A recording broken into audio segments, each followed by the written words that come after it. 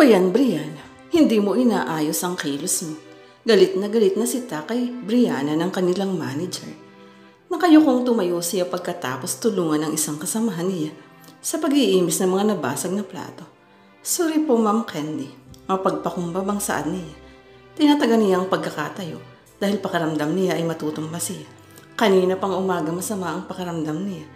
Marahil ay dala iyon ng kawalan niya ng pahinga at tulog sa nakalipas na mga araw. Papunta sana siya sa CR nang mabangga niya ang kasama niyang waiter na may tangang tray na puno ng pagkain. Dahil nanghihina, hindi agad niya ito naiwasan. Puro ka na lang sorry. Ang dami mo ng atraso dito ah. Patuloy nito sa malakas na boses. Hindi pansin na pinagtitinginan sila ng mga customer. Hindi mo inaayos ang trabaho mo.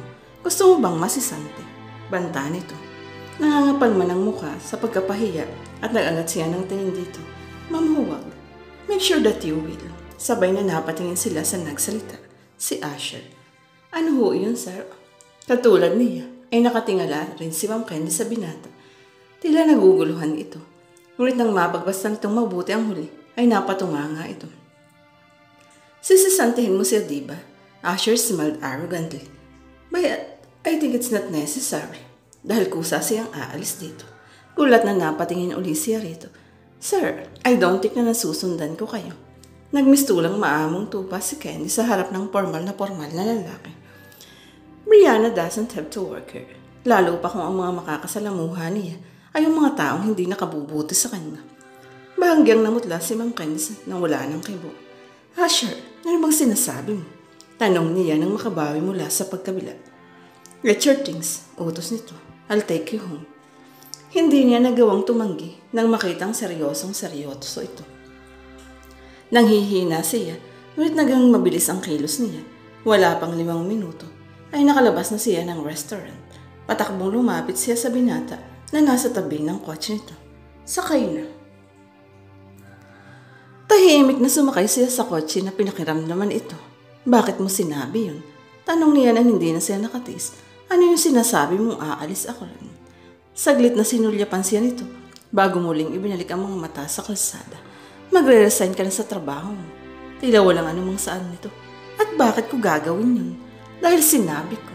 At sino ka para utusan ako? Kailangan ko ang trabahong iyon kaya hindi ako aalis. Matigas na deklara niya.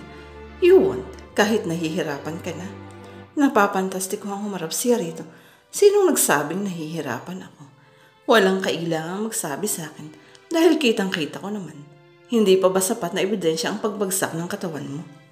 Tingnan siya rito nang nakakaloko bago nagpatuloy. Tingnan mo ang itsura mo ngayon, nangangalumata ka. Pasimpleng tinignan niya ang refleksyon niya sa salamin at napakagat-labis siya dahil totoo ang sinabi nito. Kahit na, hindi mo ako pwedeng basta-basta utusan sa dapat kong gawin. You'll do that or I'll let your parents know what's happening to you. Pagkatapos, baka sapilitan na kitang ibalik sa Mindoro. You can't do that. Angil niya. Tumaas ang isang sulok ng mga labi nito. Talaga, Asher, napipikong wika niya. What will you choose? Hindi siya kakibo. Alam niyang gagawin ito ang banta kung hindi niya susundin ang sinabi nito. Hindi pa siya handang harapin ang mga magulang niya.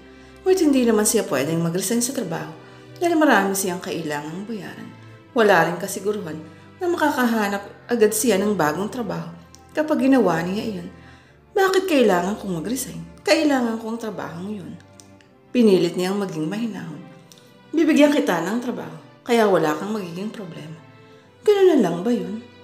Dahan-dahang nagminor ito hanggang sa itigil nito ang kotse. What's the big deal?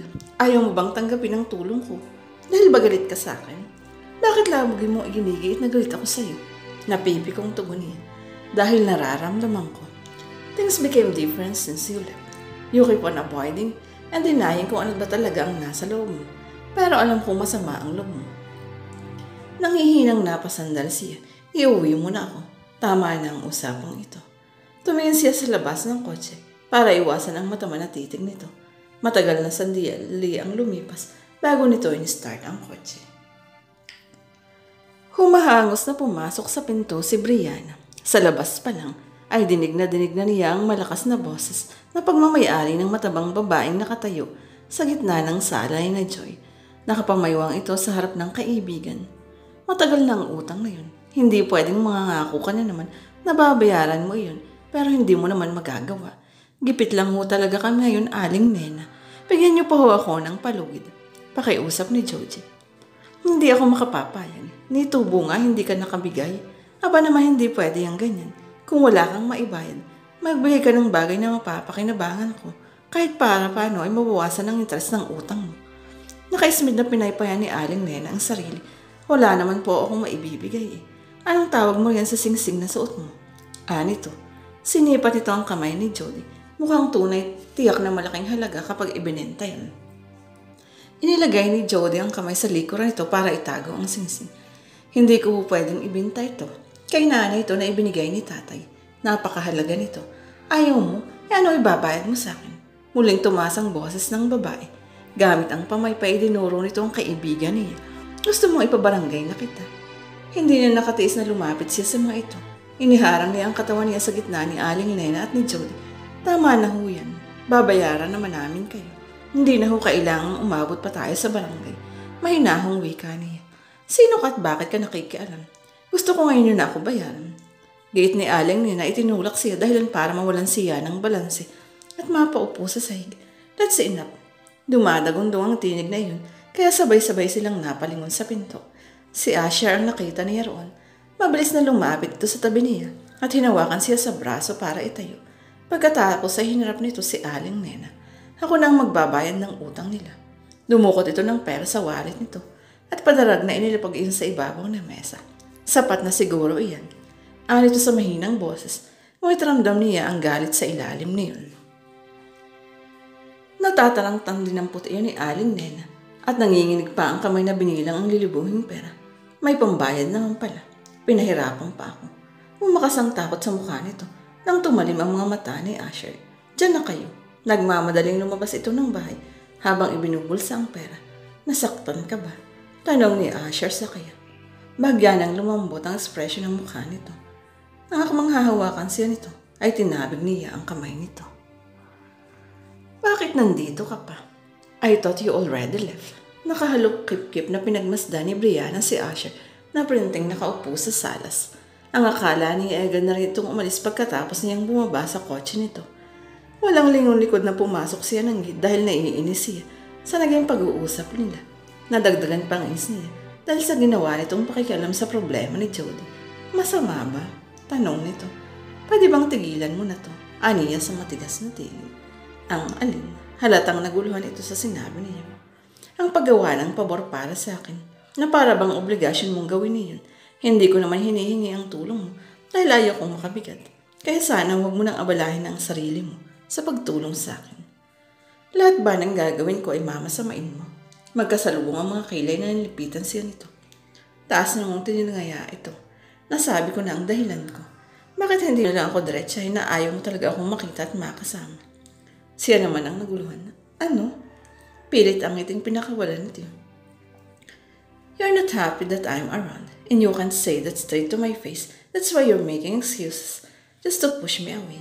Kitang-kita ang galit sa gwapong mukha nito. Ngunit mas nangibabaw raw ng pagdaramdam.